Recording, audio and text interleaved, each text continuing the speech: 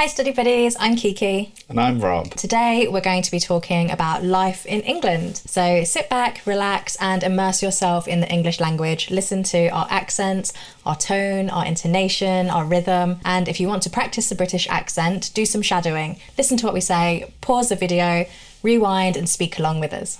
Okay. I think the first topic I want to talk about is the weather. Classic. Yeah, classic. It's now spring, it's Easter. The weather is kind of getting better. It's really sunny at the minute, but in the morning it could be nice and sunny, and by the evening we could be in a torrential downpour. Yeah, it's been quite sunny today, but looking out the window at the moment, I can see a big dark grey cloud. So it's probably going to rain a bit later today. And yesterday it was really windy. We had a storm. Oh yeah, Storm Dave in England. Storm Dave. Yeah, it was really, really windy. We could hear it from inside the house, but it seems to have cleared up today. But that's what we find about living in England, is that you can have all four seasons in one day. Yeah, this is so true. You could wake up, it could be snowing, and then it could be sunny, then it will be raining, and then it will be windy. And it's typical weather where you wear one coat out in the morning and by the evening you need a totally different coat, a winter coat. Speaking of weather, it's a really good topic for small talk as well. In England, we are famed for our small talk because I've said this in a previous video, but British people do not like silence. Awkward silence. Awkward silence. And it's not even awkward for people from other cultures because it's quite normal to just sit in silence. But British people really struggle with that. The good thing about summer starting is that we can finally turn off our heating. Because that's one thing about British houses, is that we don't have air conditioning. No. We have heating. Our houses are designed to keep the heat in at all costs. Yeah, we try to. Which means that in the summer, when it starts getting a bit hot and it gets up to about 30 degrees Celsius, it's really hot in our houses. Yeah, and in England, the majority of the country don't invest in air conditioning because it's just not hot enough for long enough. No, we'll have like 3 weeks of really hot, and I say really hot, it's only like 30 degrees. So apologies if you're living in a country that's above 30 degrees. But it feels much hotter because we don't have air conditioning. Yeah, but if you're in England during the summer, all you will hear is British people moaning and complaining about the weather, about how hot they are. I do it all the time. I work from home a lot of the time, so I'm on like work video calls and I'm like sweating and my boss is like, get a fan or open some windows. I'm like, the windows are open. I've got 4 fans blowing on me.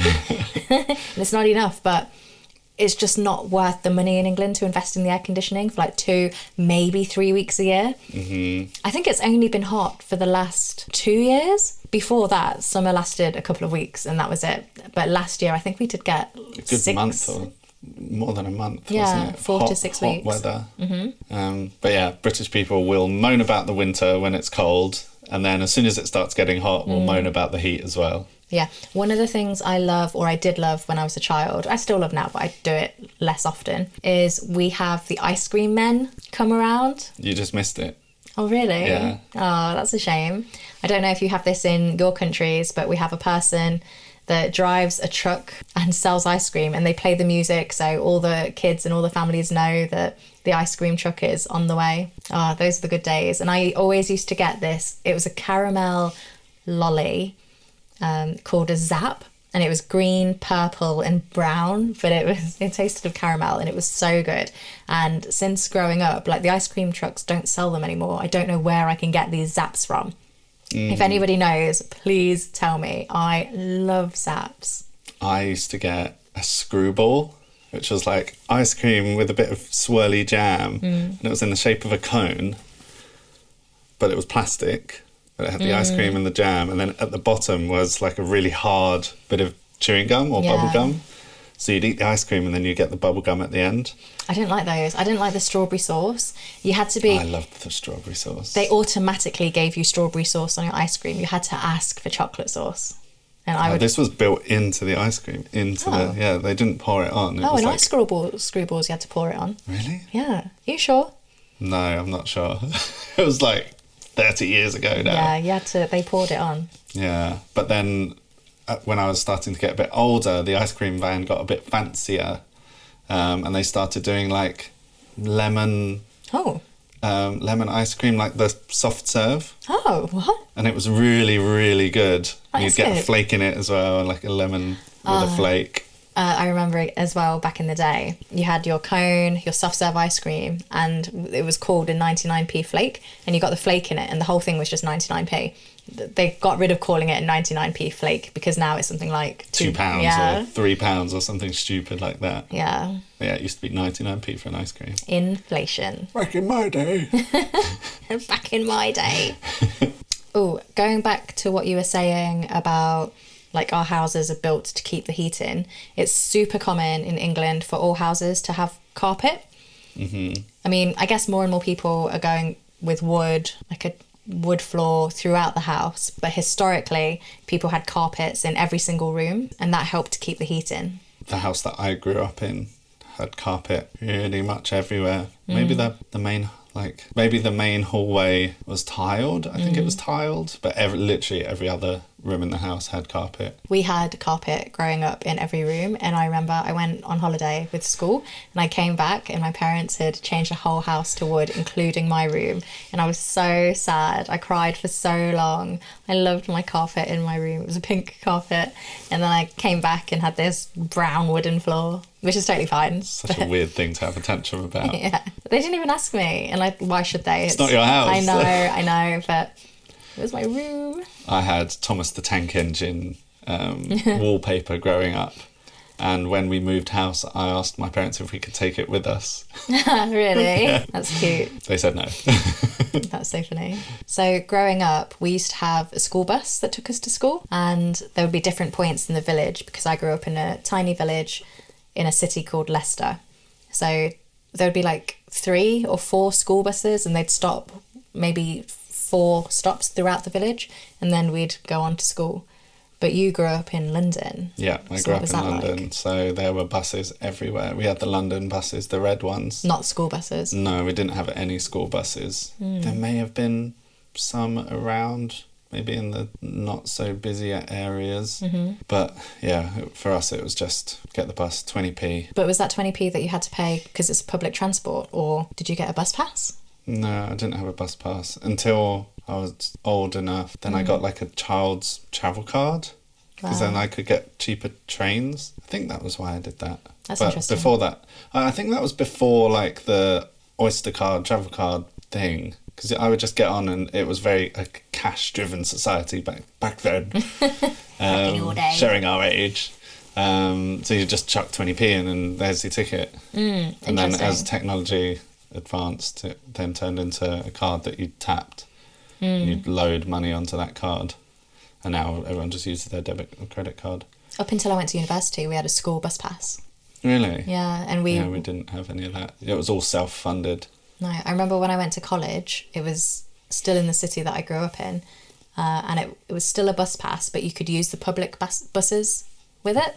But up until college, everything else was like a school-specific bus pass with school-specific buses. But yeah, interesting. It's different in London, I guess. Yeah, and then I remember it used to cost £2 for a train into London on my child's travel card. £2 to get all the way to London. Yeah. And then back again.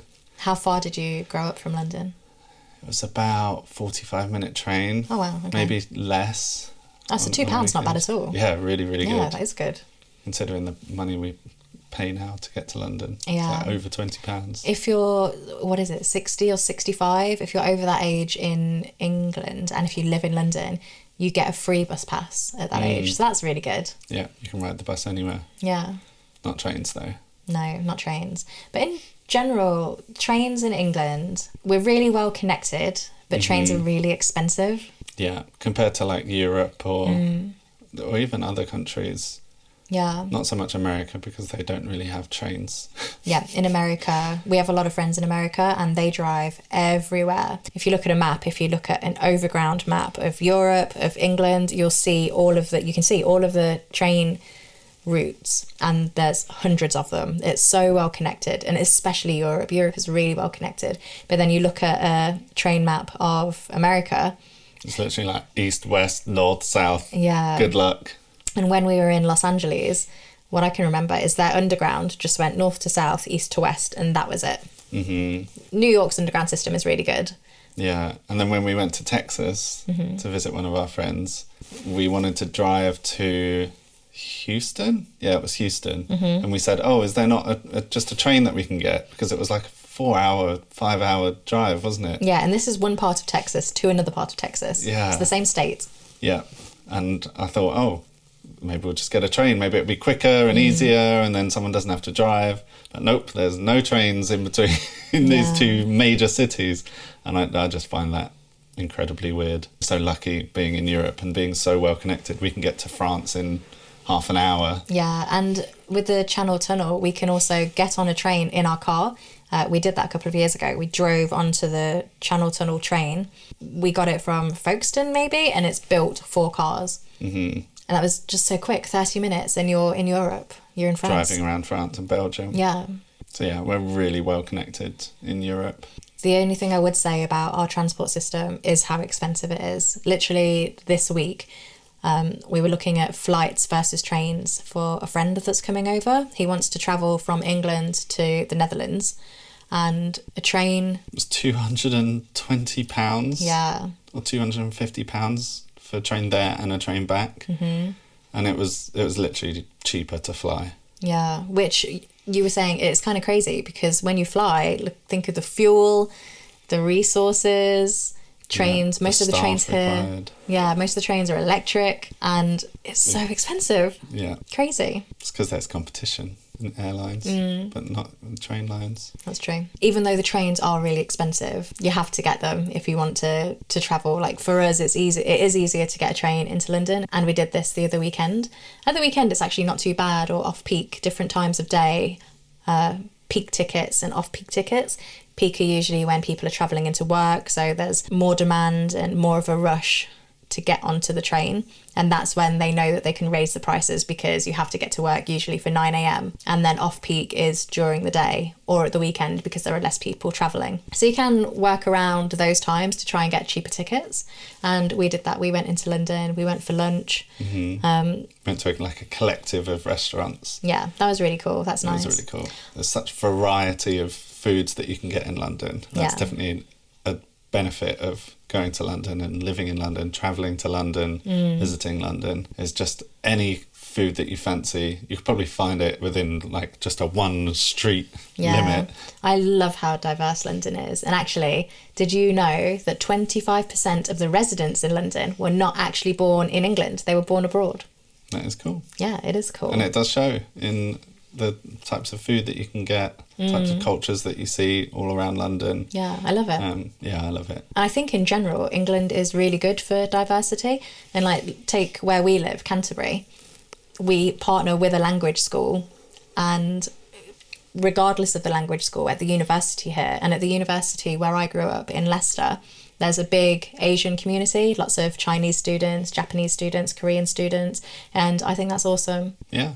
There's just like people like you guys that want to improve their English. Yeah. I think it's great that we give the opportunity for students to come and see what life's like in England and practice their English. Yeah. I think it's a really good thing. I agree. And I think it's great that other countries as well are accepting English teachers and more people want to learn English. Yeah, there's a bit more demand for English teachers across the world now, isn't there? Yeah, and it gives people a chance to travel and see other countries and other cultures, which I love. And the Philippines has just partnered with America, I think, to start taking American students on a cultural exchange in the Philippines, which is so cool. That is really cool. I would do that if I was American. Yeah, I would do that too. Why would I not want to go to paradise? The Philippines is so well known for how friendly everybody is there. And we'll be going back next December, not this year, next year. For Christmas. And I'm super excited. And we're going to take your parents as well. And it'll be their first time going. And your mum's first time travelling to Asia. So I'm really excited for her. Yeah, if there are any people from the Philippines watching, where should we go? We're going to be in Davao. So if there are any restaurant or tourist things that you think we should do, please drop your recommendations in the comments and let us know. Back to London though, and back to daily life. What sort of things can people expect to find in London? What is London like known for? What is it good for? Oxford Street's pretty popular, isn't it? It's somewhere I tend to avoid when I go into London, though. Yeah, it's the centre of London. Yeah, but it is really, really good if you're travelling and visiting London, if you are a tourist. It's got lots of good shops. It's been a while since I've been to Oxford Street, but I know that the plan is to pedestrianise it. Yeah, I did see that got approved Yeah. by the mayor. Which is going to be amazing. So if you come to London, definitely check out Oxford Street. Yeah, because the pavement can get really, really busy. I think it would be really good for the area.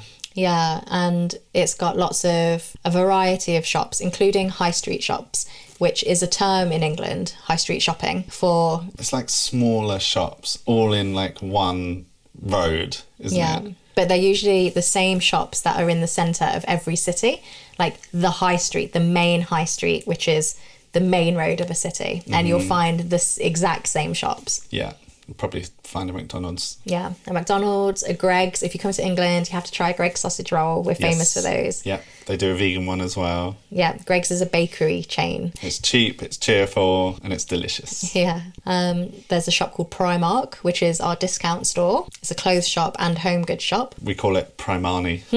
You'll find shops like Next, JD Sports. All of these are really popular. Marks and Spencer's. Yeah. And they do good food as well. Oh yeah, M&S. Percy Pigs is a popular sweet that you can get from M&S. You'll also see a lot of charity shops on like more local high streets. Oh, and it's good to talk about charity shops actually. So charity shops, if you're not sure what that is, people will give them their secondhand things, books, clothes, shoes, homeware, home goods. You can find lots of different things at charity shops, but there's a massive culture in England of people that go charity shopping.